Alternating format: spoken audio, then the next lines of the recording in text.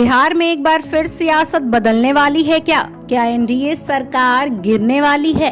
क्या नीतीश कुमार और चिराग पासवान बीजेपी का साथ छोड़ सकते हैं? सियासी गलियारे में इस तरह की तमाम चर्चाएं तैर रही हैं। राजनीतिक गलियारों में नीतीश कुमार के इंडिया गठबंधन में शामिल होने की अटकलें भी तेज हो गई हैं। कहा तो यहां तक जा रहा है कि महागठबंधन ने सरकार बनाने की तैयारी शुरू कर दी है। चिराग पासवान के हालिया बयान और नीतीश कुमार की चुप्पी इसके संकेत भी दे रहे हैं। आखिर इन दावों में कितनी सच्चाई है और क्यों दिल्ली से बिहार तक हलचल तेज है, आइए जानते हैं इस रिपोर्ट में। सबसे पहले बात करते हैं सीएम नीतीश कुमार की। एक तरफ जदयू में बड़े फैसले लिए जा रहे हैं, वहीं दूसरी ओर सीएम नीतीश कुमार की चुप्पी को किसी भयावह तूफान का संकेत बताया जा रहा है। वक्फ बोर्ड बिल पर जदयू का स्टैंड बदला बदला दिख रहा है। इसका नीतीश कुमार की जदयू ने मोदी सरकार का समर्थन किया था। ललन सिंह लोकसभा में इस बिल के बचाव में खुलकर बोले थे, लेकिन मुस्लिम संगठनों द्वारा जताई गई नाराजगी पर नीतीश कुमार ने संज्ञान लिया। उन्हीं के निर्देश पर पटना जेडीयू कार्यालय में ललन सिंह के शिया और सुन्नी बोर्ड के नेताओं के साथ मीटिंग हुई, जिसके बाद जदयू के प्रदेश अध्यक्ष उमेश कुशवाहा ने कहा कि बिल पर बनाई गई जेपीसी में हमारे प्रतिनिधि मुसलमानों की चिंताओं को उठाएंगे।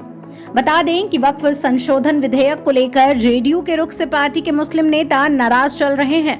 नीतीश उस नाराजगी को दूर करने के लिए लगातार मुस्लिम नेताओं से मिल रहे हैं। वहीं कहा जा रहा है कि केंद्रीय मंत्री ललन सिंह की अमित शाह से नजदीकी को लेकर भी पार्टी में नाराजगी है।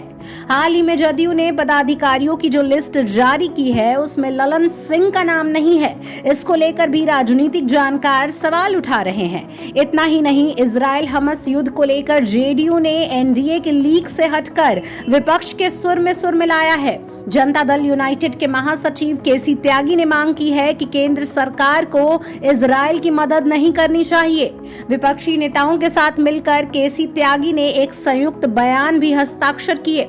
बयान में लिखा गया था कि फिलिस्तीन के खिलाफ इजराइल की लड़ाई में भारत को साथ नहीं देना चाहिए। वहीं चिराग पासवान ने भी मोदी सरकार की टेंशन बढ़ा दी है। एनडीए में तो वो हैं, लेकिन कई मुद्दों पर सरकार से उनका स्टैंड अलग है। वह केंद्र सरकार के स्टैंड से असहमति जता रहे हैं, अलग रुख अपनाए हुए हैं, विरोधियों के सुर में सुर मिला रहे हैं। वक्फ बोर्ड संशोधन विधेयक पर चिराग पासवान का सरकार से उल्टा रुख रहा। वहीं जातीय गणना पर विपक्ष की मांग का समर्थन कर रहे हैं। चिराग ने लेटरल एंट्री के केंद्र सरकार के फैसले का भी विरोध किया। आरक्षण पर भी उनका सहयोगी दलों से अलग स्टैंड दिखा। ऐसे में सवाल है कि चिराग पासवान ऐसा क्यों कर रहे हैं? चिराग के मन में क्या चल रहा है, यह पहेली बन गई है। इतना ही नहीं, ये भी दावा किया जा रहा है कि तेजस्वी यादव ने महागठबंधन की सरकार बनाने की तैयारी शुरू कर दी है। वहीं आरजेडी का दावा है कि जदयू और बीजेपी में भगदड़ मचने वाली है। उनके कई विधायक हमारे साथ आ रहे हैं, बस भादों तक का इंतजार कीजिए। आरजेडी प्रवक्ता के इस दावे से हलचल तेज है। हालांकि इन दावों में कितनी सच्चाई है, ये तो आने वाला समय ही बताएगा। अब बड़ा सवाल ये है कि आखिर नीतीश कुमार को लेकर इस तरह की खबरें क्यों आती रहती हैं? तो इसके आधार में नीतीश कुमार स्वयं भी हैं। उनके साथ काम कर रहे राजनीतिक लोगों को भी पता नहीं चलता कि किस कारण से नाराज हो जाएंगे और खुश।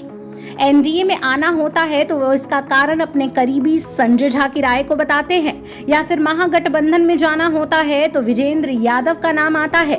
राजनीतिक जानकार बताते हैं कि सांप्रदायिकता और जंगल राज का सहारा लेकर वह इधर से उधर होते रहते हैं। वहीं इन अटकलों के बीच सबसे बड़ी खबर यह है कि पूर्व डिप्टी सीएम तेजस्वी यादव ने मुख्यमंत्री नीतीश कुमार से मुलाकात की है। चाचा और भतीजे की इस मुलाकात को लेकर बिहार की सियासत एक बार फिर गर्मा गई है। कयासों का बाजार भी गर्म हो गया है। वहीं खास बात यह भी है कि उनकी अंतरात्मा कब जाग जाती है, इसका भी पता उनके करीबियों को नहीं चलता है। जब भी ऐसा होता है तो एक झटके में नीतीश कुमार का पता बदल लेते हैं। फिलहाल तो नीतीश कुमार और चिराग पासवान को लेकर अटकलें तेज हैं और पीएम मोदी की टेंशन बढ़ा रहे हैं।